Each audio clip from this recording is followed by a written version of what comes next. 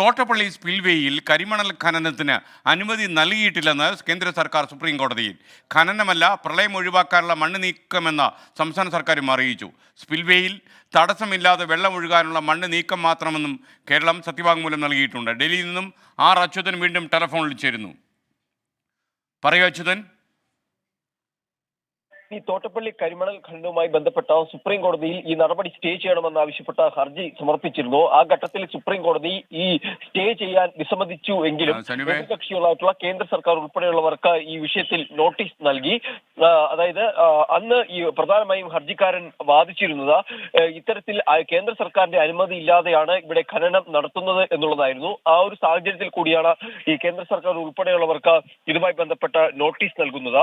ആ നോട്ടീസിന്റെ മറുപടിയായാണ് ഇപ്പോൾ ഈ ഖനന അനുമതി നൽകിയിട്ടില്ലെന്ന് കേന്ദ്ര സർക്കാർ സുപ്രീം കോടതിയെ അറിയിച്ചിരിക്കുന്നത്. ഒപ്പം തന്നെ വ്യക്തമാക്കുന്നുണ്ട് ഈ KMML അനുമതി നൽകിയിട്ടില്ലെന്നുള്ള കാര്യം കൂടി ആ ഒരു സത്യവാങ്മൂലത്തിൽ പറയുന്നുണ്ട്. അതേസമയം സംസ്ഥാന സർക്കാർ അറിയിച്ചിരിക്കുന്നത് ഖനനമല്ല നടത്തുന്നത്, മറിച്ച് പ്രളയം ഒഴിവാക്കുവാനുള്ള മണ്ണ് നീക്കം ചെയ്യലാണ് അവിടെ പുരോഗമിക്കുന്നത്.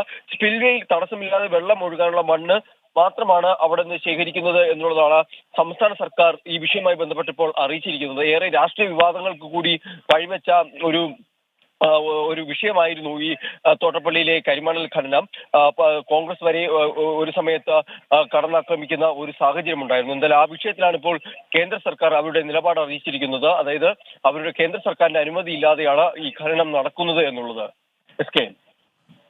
Okay, thank you are Achuthan.